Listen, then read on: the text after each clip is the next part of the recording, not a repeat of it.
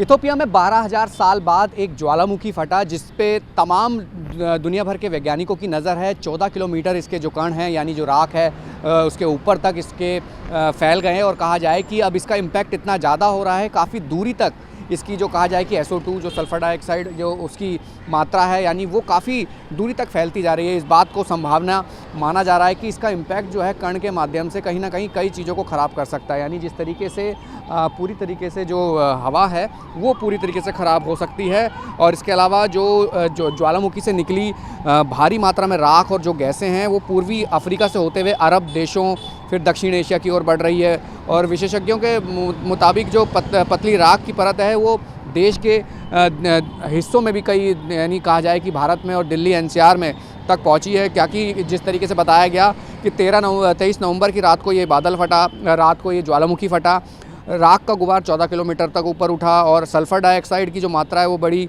आसपास के इलाकों में राख की हल्की बारिश देखने को मिली। और कहा जाए कि इसका असर जो फ़्लाइट हैं उसमें पड़ सकता है। ये भी कहा गया है कि जो भारत की तरफ बढ़ रही है, DGCA ने एक सूचना जारी की है, उसमें ये बताया है कि अपने इंजन का खासा ख्याल रखें। जो सैटेलाइट की तरफ से जो दिखाई दे रही हैं, जो मॉडल दिखाई दे रहा है यानी जो मौसम का पूरा, वो कहीं ना कहीं निगरानी कर रहे हैं कि राख किस दिशा में बढ़ रहा है, कोई ख़तरा तो नहीं। लेकिन इसके कारण ये ज़रूर है कि एयर क्वालिटी में इम्पैक्ट पड़ सकता है, फ़्लाइट्स में असर हो सकता है। जो फ़्लाइटें रद्द भी हुई हैं इसके कारण डाइवर्जन भी दिया गया है, क्योंकि जो कण है, जो राख है, वो 14 किलोमीटर उठने के बाद कई देशों के हिस्सों में पहुंच रही हैं। दिल्ली NCR या भारत के उन जगहों पर जो संभावना है कहीं ना कहीं नुकसान हल्का कर सकती हैं। लेकिन ये है कि ज़मीनी कण नहीं है और ये ऊपरी परत में चल रहे हैं और इसलिए तमाम एहतियातन, तमाम नज़र, तमाम वैज्ञानिक या मौसम विभाग भी इसमें बनाए हुआ है। कैमरा पर्सन दीपक दुबे के साथ राहुल प्रकाश, न्यूज़ 24 दिल्ली।